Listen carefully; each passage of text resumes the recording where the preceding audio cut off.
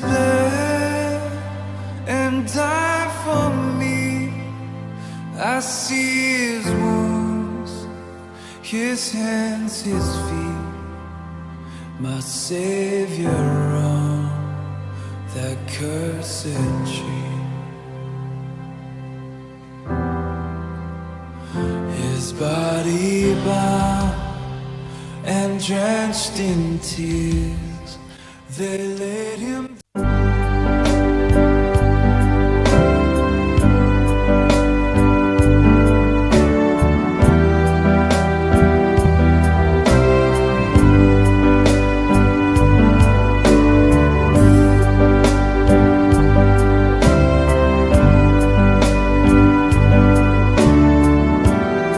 Mari kita angkat pujian di hatimu.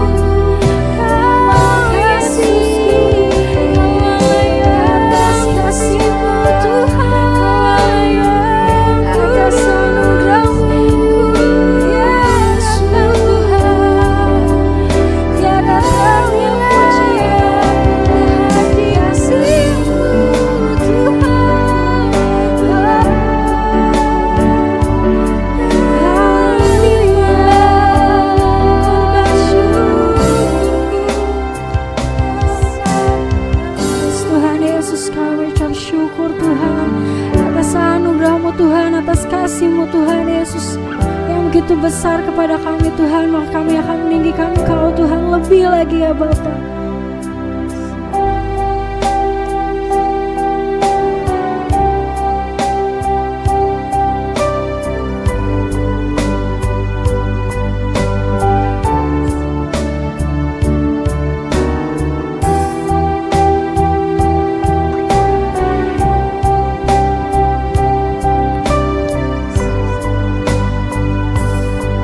Sama-sama kita katakan sungguh besar setiamu.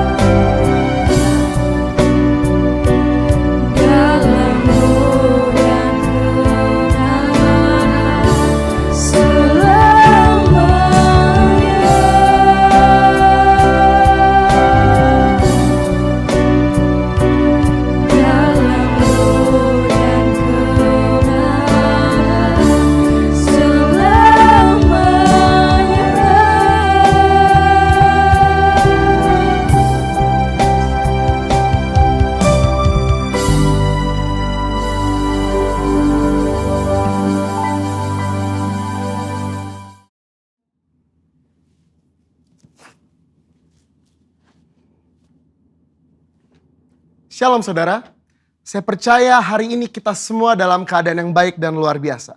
Dalam edisi Voice of Pentecost kali ini, kita akan membahas 5 makna kenaikan Tuhan Yesus. Kenaikan Tuhan Yesus ke sorga adalah salah satu dari 5 tonggak iman kekristenan yang selalu diperingati oleh setiap orang percaya di seluruh dunia. Kelima hal tersebut adalah kelahiran Kristus, kematian Kristus, kebangkitan Kristus, kenaikan Kristus, dan pencurahan Roh Kudus. Kelima peristiwa tersebut bukan sekedar cerita, melainkan sejarah yang sudah dan benar-benar terjadi, yang merupakan bagian dari rencana dan kehendak Tuhan atas dunia agar semua manusia boleh mengalami kasih, pemulihan, dan keselamatan. Hari ini kita akan melihat kebenaran-kebenaran utama tentang kenaikan Tuhan Yesus ke sorga. Yang pertama, menyatakan kesempurnaan pekerjaan dan karya penebusannya di muka bumi. Kenaikan Tuhan Yesus menandai bahwa ia telah menyelesaikan dengan sempurna tugas yang diberikan oleh Bapa untuk turun ke dunia dan menjadi sama dengan manusia, untuk menebus dan menyelamatkan umat manusia yang telah jatuh dalam dosa. Banyak orang menganggap iman Kristen itu bodoh karena menjadikan manusia sebagai Tuhan. Tetapi iman Kristen tidak seperti itu, karena iman Kristen percaya bahwa Yesus adalah Tuhan. Dia datang berinkarnasi menjadi manusia, lalu setelah kebangkitannya, dia kembali kepada kemuliaan keilahiannya. Yang kedua, menyediakan tempat yang kekal bagi orang percaya. Yohanes 14 ayat 2 mengatakan kenaikan Tuhan Yesus ke sorga adalah bukti bahwa sorga itu nyata dan bukan hanya sekedar fiktif belaka. Tuhan sudah menyediakan tempat bagi kita di sorga. Tetapi perlu dicatat bahwa tidak semua orang di dunia ini bisa masuk sorga. Hanya mereka yang sungguh-sungguh percaya, hidup kudus, dan menaati firman-Nya yang akan masuk sorga. Yang ketiga, menjadi imam besar, agung, dan pengantara bagi perjanjian yang baru. Di dalam Ibrani 4 ayat 14-16, Ibrani 7 ayat 25, dan Ibrani 9 ayat 15 menunjukkan betapa sempurnanya kasih, pengorbanan, dan anugerah Tuhan atas hidup kita sebagai orang percaya. Alkitab menyatakan bahwa di sorga kita memiliki imam besar agung yang senantiasa mendengar doa dan permohonan kita. Karena dia selalu menjadi pengantara bagi pengampunan dosa ketika kita datang menghadap tahta kasih karunia-Nya. Yang keempat, menyatakan kedatangannya yang kedua kali. Janji tentang kedatangan Kristus yang kedua kali diteguhkan kembali, bahkan dinyatakan dengan cara seperti apa Yesus akan datang kembali.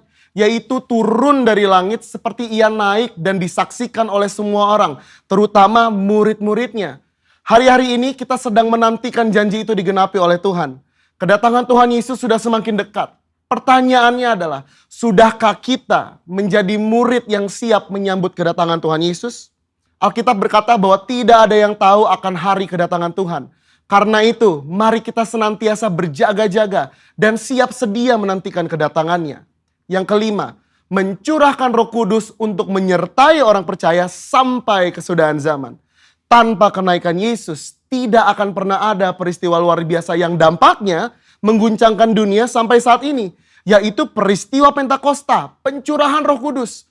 Semua ini telah dijanjikan Tuhan sebelum ia terangkat. Bahwa mereka akan menerima kuasa Roh Kudus untuk menjadi saksi Kristus dari Yerusalem, Yudea, Samaria, dan sampai ke ujung bumi. Tapi kuncinya, Yesus harus naik ke sorga sehingga Roh Kudus turun.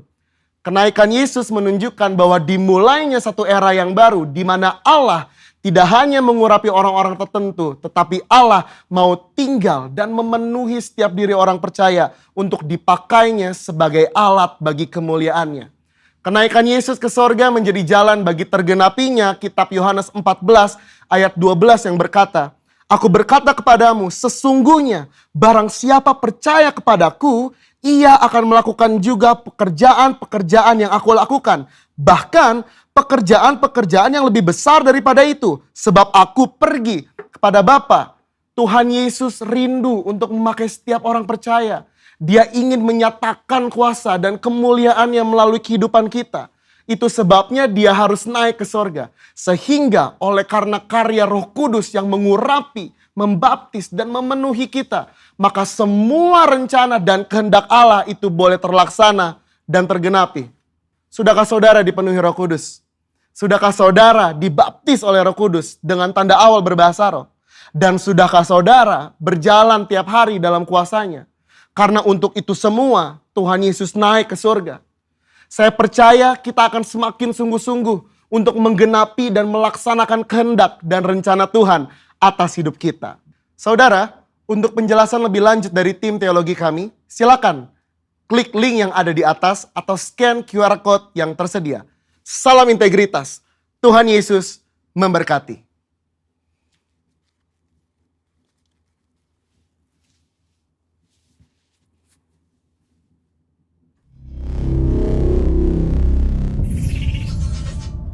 Shalom saudara yang dikasihi oleh Tuhan Yesus Kristus. Senang sekali saya Pendeta Rubin Adi Abraham bisa melayani Anda di dalam ibadah kenaikan Tuhan Yesus ke sorga. Hari ini saya akan menyampaikan firman dengan judul Yesus naik dalam kemuliaan. Kita akan membaca Kisah Para Rasul pasal pertama ayat 8 sampai 11. Demikian bunyinya. Tetapi kamu akan menerima kuasa kalau Roh Kudus turun ke atas kamu, dan kamu akan menjadi saksiku di Yerusalem dan di seluruh Yudea dan Samaria dan sampai ke ujung bumi. Sesudah ia mengatakan demikian, terangkatlah ia disaksikan oleh mereka dan awan menutupnya dari pandangan mereka. Ketika mereka sedang menatap ke langit waktu ia naik itu, tiba-tiba berdirilah dua orang yang berpakaian putih dekat mereka dan berkata kepada mereka, "Hai orang-orang Galilea, mengapakah kamu berdiri melihat ke langit? Yesus ini yang terangkat ke sorga, meninggalkan kamu akan datang kembali dengan cara yang sama seperti kamu melihat dia naik ke sorga." Saudara, pada saat Yesus disalib kelihatannya dia kalah. Karena murid-muridnya juga kocar-kacir meninggalkan dia.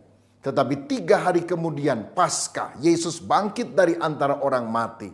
Bahkan 40 hari kemudian dia menampakkan diri kepada para murid-muridnya dan mereka percaya kepadanya. Tahukah saudara bahwa kenaikan Kristus itu adalah fakta sejarah, bukan halusinasi. Sebab dia berkali-kali menampakkan diri kepada murid-muridnya. Dan dalam 1 Korintus 15 ayat 16, ketika dia akan naik ke sorga, itu lebih dari 500 orang saksi yang menyaksikan peristiwa kebangkitan dan juga kenaikannya. Nah, pada masa kini memang ada orang yang mengaku bahwa dia pernah naik ke sorga. Tapi coba tanya, siapa yang jadi saksinya? Nggak ada. Padahal menurut hukum Taurat, sebuah perkara baru dinyatakan benar bila ada minimal 2 atau 3 orang saksi. Dan Kristus meninggalkan 500 orang saksi hidup untuk menunjukkan bahwa dia memang benar-benar bangkit dan naik ke sorga. Saudara, melalui kenaikan Tuhan ke sorga ini kita melihat beberapa kebenaran. Yang pertama, kita tahu bahwa Yesus itu Tuhan. Yesus itu bukan hanya manusia biasa, bukan cuma nabi atau rasul. Karena nabi atau rasul kalau mati nggak pernah bangkit lagi. Tetapi Yesus mati, bangkit, naik ke sorga dan akan datang kembali sebagai hakim di atas segala hakim, sebagai raja di atas segala raja. Karena dia adalah Tuhan. Tuhan artinya penguasa segala-galanya atas alam semesta, bahkan atas sorga. Dalam Kisah Rasul 2 ayat 36, dalam khotbah yang disampaikan oleh Simon Petrus di hari Pentakosta, dia berkata, jadi seluruh kaum Israel harus tahu dengan pasti bahwa Allah telah membuat Yesus yang kamu salibkan itu menjadi Tuhan dan Kristus. Ini menunjukkan ketuhanan Kristus yang tidak bisa digugat. Bahkan Alkitab sebetulnya menjelaskan berulang-ulang tentang ketuhanan Yesus. Dalam Yohanes 1 ayat 1-3, firman Tuhan berkata, pada mulanya adalah firman, firman itu bersama-sama dengan Allah, dan firman itu adalah Allah. Ia pada mulanya bersama-sama dengan Allah, segala sesuatu dijadikan oleh dia, dan tanpa dia, Kristus, tidak ada suatu pun yang telah jadi dari segala yang telah dijadikan. Saudara, firman itu bersama-sama dengan Allah, dan firman itu adalah Allah. Dan sang firman itu yaitu Yesus yang menjadikan segala alam ciptaan. Berarti kan dia Tuhan. Kalau bukan Tuhan, kalau cuma manusia biasa, bagaimana dia bisa menjadikan matahari, bulan, bintang, langit, bumi? Ini menunjukkan benar-benar Yesus adalah Tuhan. Bahkan di dalam ayat 14 dikatakan firman itu telah menjadi manusia dan diam di antara kita. Dan kita telah melihat kemuliaannya, yaitu kemuliaan yang diberikan kepadanya sebagai anak tunggal Bapa, penuh kasih karunia dan kebenaran. Firman itu yang telah menciptakan segala sesuatu menjadi manusia. Dialah Yesus Kristus yang kita sembah. Saudara, ketuhanan Yesus juga diakui oleh manusia, oleh murid-muridnya. Misalnya dalam Yohanes pasal 20 ketika Thomas tidak percaya akan kebangkitan Yesus dan berkata, sebelum aku mencucukkan jariku kepada bekas lukanya, aku nggak percaya. Tiba-tiba Tuhan menampakkan diri dan Thomas kaget. Dan di dalam ayat ke-28 Thomas berkata, ya Tuhanku dan Allahku. Thomas mengakui Yesus sebagai Tuhan, sebagai Allah. Dan Yesus tidak menolak pengakuan itu. Karena memang sejatinya dia adalah Tuhan dan Allah. Karena dalam Yohanes 13 ayat 13 Yesus berkata begini, kamu menyebut aku guru dan Tuhan, dan katamu itu tepat sebab memang akulah guru dan Tuhan, Lord, penguasa atas alam semesta, Tuhan di atas segala Tuhan, Raja di atas segala Raja, dia penguasa segalanya. Saudara, Yesus memiliki segala kuasa di bumi dan di sorga.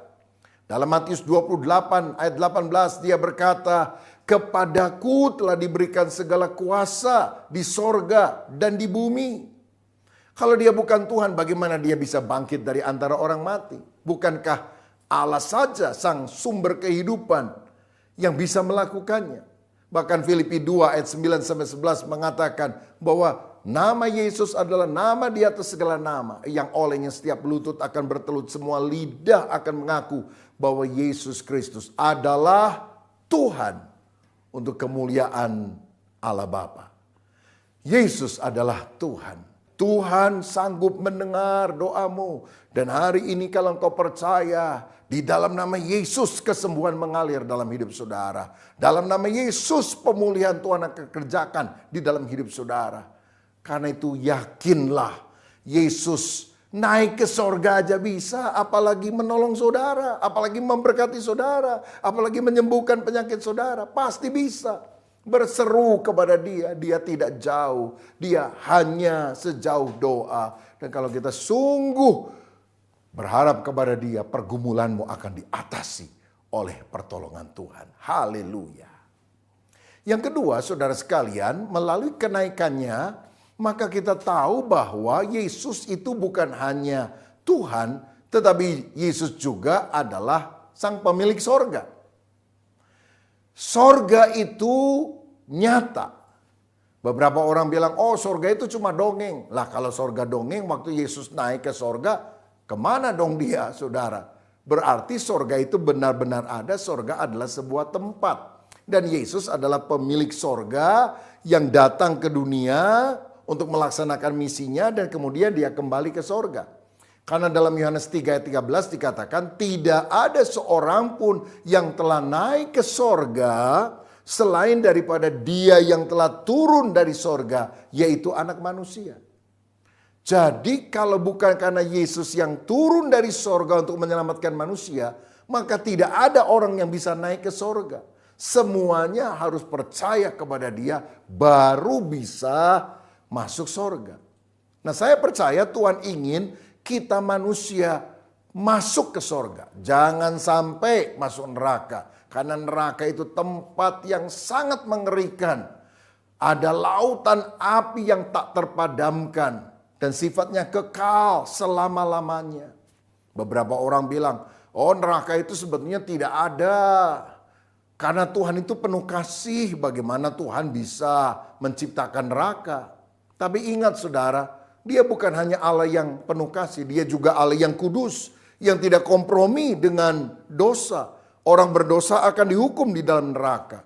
Walaupun sejatinya neraka itu adalah tempat penghukuman bagi si iblis. Bukan bagi manusia. Tapi kalau manusia ikut kepada si iblis, menjadi anak buahnya, maka dia akan dibawa juga masuk ke dalam neraka oleh si jahat tersebut. Karena itu Tuhan mau kita sungguh bertobat.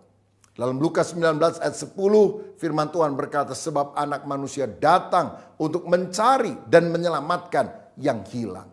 Inilah tujuan Yesus datang ke dunia, untuk menyelamatkan kita dari dosa, menebus kita dengan darahnya, supaya kita tidak masuk neraka, tempat penghukuman abadi, tetapi masuk ke dalam sorga, tempat yang sangat indah. Nah, kita mencatat bahwa ibu kota sorga itu namanya adalah Yerusalem Baru. Dan tempat itu sangat luar biasa. Misalnya dalam Wahyu 21 ayat 11 dikatakan, kota itu penuh dengan kemuliaan Allah. Dan cahayanya sama seperti permata yang paling indah, bagaikan permata yaspis jernih seperti kristal. Ayat 21, dan ke-12 pintu gerbang itu adalah 12 mutiara. Setiap pintu gerbang terdiri dari satu mutiara, dan jalan-jalan kota itu dari emas murni bagaikan kaca bening. Dari sini kita melihat sorga itu sangat fantastis. Dinding-dinding atau temboknya saja terbuat dari macam-macam batu permata. Pintu gerbangnya terbuat dari mutiara yang sangat besar. Jalannya terbuat dari emas. Itu melukiskan gambaran sorga dengan kata-kata yang sangat indah, yang sulit diungkapkan dengan bahasa manusiawi. Dan kita akan masuk ke dalam sorga yang mulia itu. Oh, betapa luar biasanya. Kita akan melihat muka dengan muka. Dan ini bukan hanya soal lihat-lihatan, tapi menunjukkan keakraban satu dengan yang lain. Kita akan mengenal Tuhan secara luar biasa. Alkitab juga berkata di sorga kita akan beribadah kepada Tuhan. Tentu saja ini bukan hanya bermakna nyanyi-nyanyi. Seperti kalau kita pikir beribadah di dunia artinya ke gereja. Di sorga nggak ada gereja, di sorga nggak ada bait suci. Karena hadirat Tuhan memenuhi seluruh sorga, sehingga itulah bait suci Allah. Dimanapun orang melakukan pekerjaan, pelayanan, atau apapun, itu adalah sebuah ibadah bagi Tuhan. Bahkan kita akan memerintah bersama dengan Kristus selama-lamanya. Kita akan jadi raja yang berada di bawah pengawasan raja di atas segala raja. Berarti di sorga akan ada kerajaan-kerajaan. Ada banyak pekerjaan-pekerjaan. Oh, sesuatu yang sangat luar biasa itu akan kita alami dalam kerajaan sorga. Karena itu percaya kepada Yesus. Dia sang pemilik sorga. Kalau yang menjanjikan saudara masuk sorga itu manusia atau pemimpin agama tertentu yang dia sendiri juga belum tentu yakin masuk sorga, bagaimana mungkin? Tapi kalau sang pemilik sorga yang punya sorga janji, kalau kamu percaya kepada kamu, kamu tidak akan binasa, melainkan beroleh hidup yang kekal. Karena akulah jalan, kebenaran, dan hidup. Tidak seorang pun sampai kepada Bapa kecuali melalui aku. Hari ini saya menantang saudara, siapa yang masih ragu, kalau engkau mati, engkau masuk sorga atau masuk neraka, bukalah hatimu, bertobatlah dan berdoa, Tuhan Yesus, ampuni dosa saya. Saya mengaku bahwa Yesus adalah juru selamat, sang pemilik sorga. Saya percaya kepadamu. Dan Tuhan akan menyelamatkan saudara saat ini juga. Haleluya.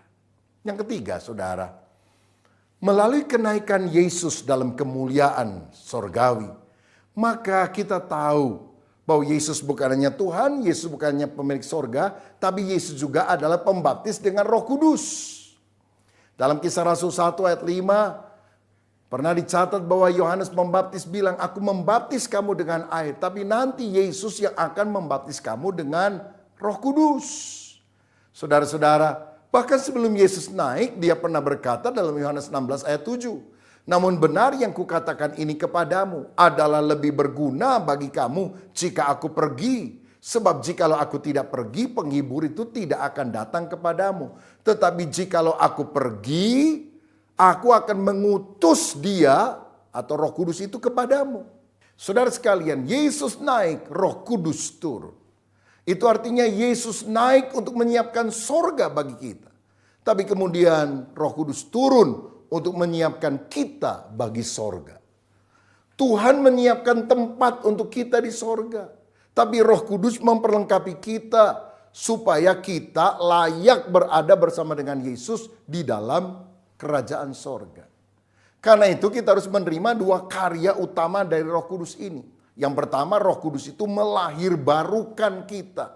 Artinya menjadikan kita orang berdosa menjadi orang yang benar, yang diampuni Tuhan. Menjadi ciptaan baru di dalam Yesus.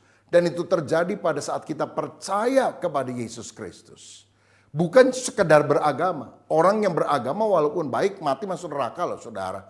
Tapi kalau kita bertobat percaya kepada Yesus, Roh Kudus masuk di dalam hati kita, maka kita menjadi ciptaan yang baru yang diselamatkan. Sebab tidak ada orang yang bisa mengaku Yesus itu adalah Tuhan selain Roh Kudus yang mewahyukan di dalam hatinya. Karena itu biar kita mengalami kelahiran baru. Yang kedua, Roh Kudus juga memberi kita kuasa untuk menjadi saksi. Karenanya di dalam Kisah 1 ayat 8 tadi dikatakan, tetapi kamu akan menerima kuasa kalau Roh Kudus turun ke atas kamu dan kamu akan menjadi saksiku. Roh Kudus mengurapi kita supaya kita bisa menjadi saksi Kristus di dalam perkataan dan perbuatan. Saudara, siapa yang membaptis kita dengan Roh Kudus? Tuhan Yesus. Dan apa tanda awal bagi orang yang dibaptis dengan Roh Kudus? Berkata-kata di dalam bahasa roh. Ini bahasa yang tidak bisa dipelajari oleh manusia, yang diberikan oleh Tuhan sendiri. Itulah karunia Tuhan supaya kita bisa meneguhkan iman atau batin kita waktu kita berdoa menyembah Tuhan di dalam roh dan kebenaran. Banyak orang mengejek, menghina karena mereka belum mengalami pengalaman Pentakosta ini. Saya berdoa, saudara yang belum dibaptis Roh Kudus dan belum mendapatkan tanda awal berkata-kata di dalam bahasa roh, mintalah kepada Tuhan. Tuhan yang baik itu akan memberikan kepada saudara supaya tumbuhlah imanmu lebih kuat lagi. Sebab kita nggak mungkin bisa meneguhkan orang lain sebelum iman kita sendiri yang pertama-tama diteguhkan oleh Tuhan, bukan? Saya ingat pada waktu saya dibaptis oleh Roh Kudus pada masa remaja setelah saya percaya kepada Yesus. Hati saya berkobar-kobar dengan Roh Kudus. Walaupun saya belum jadi pendeta, belum masuk sekolah Alkitab, saya melayani, saya bersaksi, saya bercerita tentang Tuhan Yesus Kristus. Oh saudara sekalian, saya yakin sampai hari ini pun Roh Kudus sanggup mengubah kehidupan manusia. Dan kalau kita memberitakan Injil Yesus Kristus, ada dampak yang sangat besar, perubahan yang sangat dahsyat yang kita bisa kerjakan dengan kuasa Tuhan. Orang yang mendengar Injil, dia bisa bertobat dari penjahat, bisa menjadi seorang hamba Tuhan yang hidupnya layak di hadapan Dia. Nah, saya pernah membaca sebuah data tentang perbandingan negara yang menolak Injil dan menerima Injil. Saya percaya kalau Tuhan bekerja, Dia membaptis kita dengan Roh Kudus, kita akan diberi kemampuan untuk memberitakan Injil. Dan itu yang harus kita lakukan karena Injil adalah kuasa Allah yang sanggup mengubah kehidupan manusia secara luar biasa. Mari kita lihat gambar berikut ini. Saudara sekalian, ada kepulauan dekat Amerika Serikat yang disebut Hispaniola yang terdiri dari dua negara. Yang pertama di sebelah barat adalah Haiti dan di sebelah timur adalah Dominika. Tapi walaupun berada dalam sebuah pulau yang sama, perbedaannya sangat kontras. Saya sebutkan beberapa hal. Orang di Haiti berbahasa Prancis, sedangkan di Dominika berbahasa Spanyol. Penduduk Haiti 9 juta, penduduk Dominika itu 10 juta, tidak terlalu jauh beda. Tapi 80% orang Haiti penyembah berhala, voodoo. Sedangkan 95% orang Dominika beragama Kristen. Haiti adalah negara termiskin di barat, sedangkan Dominika adalah negara yang makmur. Pendapatan per kapitanya 10 kali lebih besar daripada Haiti. Saudara, pada tahun 2010 terjadi gempa bumi yang besar di pulau tersebut dan 300.000 orang meninggal di Haiti. Dan lebih kurang 1,5 juta orang kehilangan tempat tinggal. Tetapi pada waktu yang bersamaan, walaupun terkena gempa, tidak ada orang yang meninggal di Dominika dan tidak ada orang yang melihat kerusakan yang terjadi di dalam rumah atau miliknya. Saudaraku, apa yang membedakan antara Haiti dan Dominika secara kontras? Ternyata Haiti itu penyembah voodoo, penyembah berhala, mereka melakukan ritual telanjang, pengorbanan anak, seringkali trans, kesurupan pada waktu mereka melakukan tarian daerah, kemasukan arwah, mereka percaya kepada zombie, roh teritorial, melakukan hubungan biseksual, dan mereka punya perayaan homoseksualitas yang bertentangan dengan firman Tuhan tentunya. Tetapi di Dominika, mayoritas adalah Kristen, mereka menjaga martabat dan kesopanan. Anak-anak mereka yakini sebagai anugerah Tuhan tidak melakukan pengorbanan anak. Mereka tidak kesurupan roh jahat tapi menyembah Allah sang pencipta. Dan mereka yakin kuasa iblis ada di bawah kaki Yesus. Semua penyembahan berhala adalah mitos. Dan mereka adalah orang-orang yang percaya kepada normal gender. Satu laki akan menikah dengan satu perempuan dan tidak menerima pernikahan sejenis. Saudara, sikap kita terhadap Injil Kristus kepada Tuhan itu akan menentukan bukan hanya perbedaan pribadi, tapi perbedaan yang mencolok dalam sebuah bangsa. Saya kasih satu contoh lain supaya lebih jelas. Korea Utara dan Korea Selatan. Saudara sekalian, kedua negara ini berada di semenanjung Korea, sama secara geografis. Tetapi karena konflik pada tahun 1945, kemudian ditarik garis pemisah artifisial di 38 lintang utara Khatulistiwa. Penduduk Korea Utara banyak yang miskin, banyak yang kena TBC, malaria, hepatitis. Pada tahun 1994 sampai 1998 terjadi kelaparan di Korea Utara dan 3 juta orang meninggal. Sedangkan di Korea Selatan pada masa itu tidak ada yang meninggal karena kelaparan. Bahkan sejak tahun 1950 sebagian besar Korea Selatan terlindung dari bencana alam. Dan kini Korea Selatan menjadi negara dengan ekonomi terkuat ke-11 di dunia. Sangat berbeda dengan Korea Utara. Saudara sekalian, berikutnya, kebanyakan orang Korea Utara adalah komunisme, ateis, 65% sekuler, 16% percaya perdukunan, 5% Buddhis, hanya kurang dari 1% Kristen, itu pun dianiaya, Alkitab dibakar, kemudian ibadah dilarang. Sedangkan di Korea Selatan, sebetulnya nggak ada batas sungai, batas gunung, ini hanya batas artifisial saja. Kondisinya sangat berbeda. Sejak tahun 1950 kebaktian doa diadakan di gereja-gereja di Korea Selatan. 1958 Pastor Choi Yong-gi menanam Yoido Full Gospel Church yang menjadi gereja terbesar di dunia dengan lebih dari 800.000 anggota jemaat. Pada tahun 1990 ada 5 gereja terbesar di dunia dan kelima-limanya ada di Korea Selatan. Dan hari ini sekitar 30% penduduk Korea Selatan adalah Kristen. Apa yang menjadi pembeda utama? Apakah faktor politik? Saya yakin bukan. Tapi Injil dan pengaruhnya itu yang membuat Haiti dan Dominika berbeda. Yang membuat Korea Utara dan Korea Selatan menjadi sangat berbeda.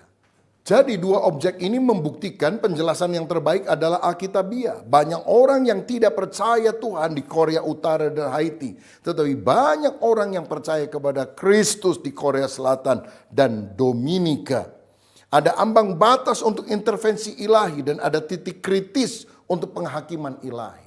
Orang yang tidak percaya Injil akan mengalami kerugian karena setan itu datang untuk mencuri, membunuh, membinasakan. Tapi kalau Kristus datang dalam hidup pribadi dan juga dalam sebuah kota, dalam sebuah wilayah, dalam sebuah negara, maka dia akan membawa hidup yang berkelimpahan secara rohani dan secara jasmani. Karena itu, biarlah kita menerima baptisan Roh Kudus dari Yesus yang membuat kita penuh dengan kuasa Allah dan kita menyaksikan Injil sehingga banyak orang hidupnya berubah. Haleluya.